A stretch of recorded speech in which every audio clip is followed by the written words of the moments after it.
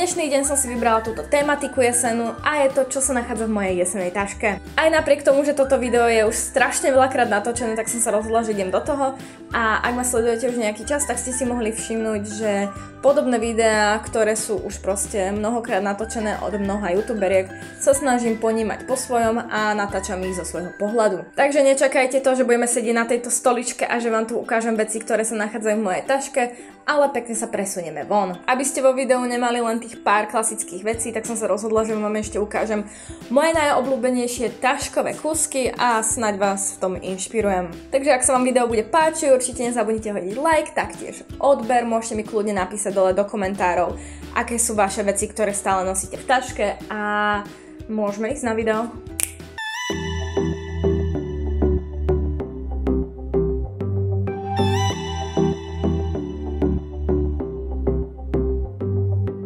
Ako prvú vec, čo mi napadne, že mám v taške, je určite peňaženka, pretože bez nej sa nemôžem pohnúť z domu kvôli dôležitým dokladom, peniazom a boh vie akým veciam, čo tam ešte mám. Ďalšia neodmysliteľná vec, ktorá patrí do mojej tašky, je krém na ruky, pretože som človek, ktorý neznáša mať suché ruky a preto ho so sebou stále musí všade ťahať. Či je leto, či je zima, Mixa krém so mnou stále a všade cestuje. Človek, ktorý nosí občas okuliare, pochopí, že proste okuliare so sebou musíme brávať, aby sme sa nestratili, ale hlavne, aby sme poriadne videli. A pre prípad špinavých alebo mastných okuliarov so sebou nosím tieto V5 vreckovky, ktoré sú vlastne vlhčené vreckovky na okuliare. Tyčinka alebo menší snack.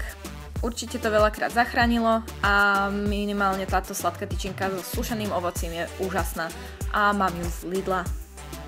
Balzám na pery je pre mňa tiež dôležité nosiť v taške, pretože suché pery by som si len okúsavala. Babylips mám rada, keď potrebujem osviežiť pery a labelo používam, keď sú pery strašne suché.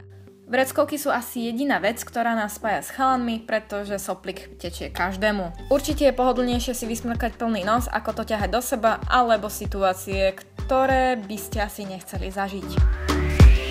Alebo ľudia okolo vás. Takže vreckovky vždy a všade. Ďalšia samozrejmosť pre mňa je pero, pretože nikdy neviete, čo budete podpisovať. Ak som nalíčená, tak za sebou beriem aj make-upovú taštičku. A keďže sme v 21. storočí, sme závislí na telefónoch a zástrčky nájdete už všade, tak za sebou beriem vždy aj nabíjačku. Pretože nikdy neviete, kedy vám pomôže alebo niekomu okolo vás. Smrádeček nie je príjemný, takže voňavka taktiež musí byť so mnou na cestách.